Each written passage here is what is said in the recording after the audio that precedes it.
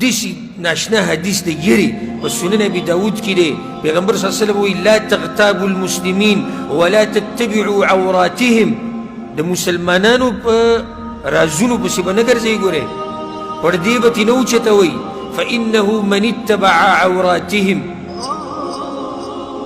څوک چې د مسلمانانو په رازونو پسې ګرځي او پردې ترې اوچتوي يتبع الله عورته الله تی پرده اوچته کی او الله چې د چا نه پرده اوچته کی نو د کور په ګوټ کې دننه وشرموي مسلمانان به نه شرموي د الله د بندګانو نه به پردې نه اوچتوي ګینې الله به د نه پرده اوچته کی او د ښځې او د بچو په مخ کې به دې وشرموي پرده به راځي دغه شان پردے او دام دا حدیث کی راځي چې په خلکو کې بدترین انسان هغه دی چې یو ښځه د سړي سره میلاو شي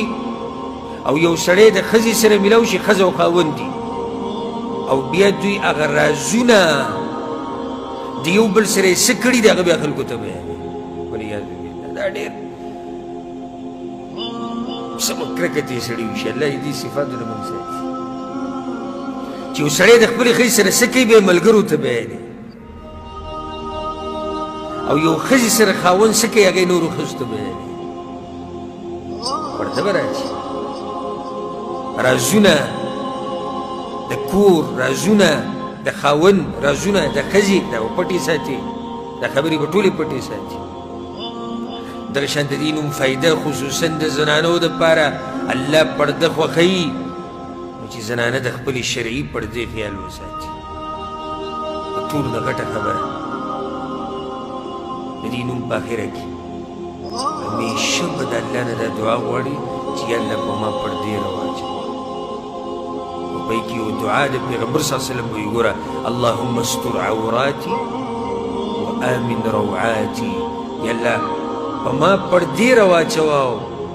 ما په امن کې کا دا دعا ډېره زیاته وایي اللهم استر عوراتي وآمن روعاتي هر ټیم دا دعا کوه وایي الله په ما پرده راواچوه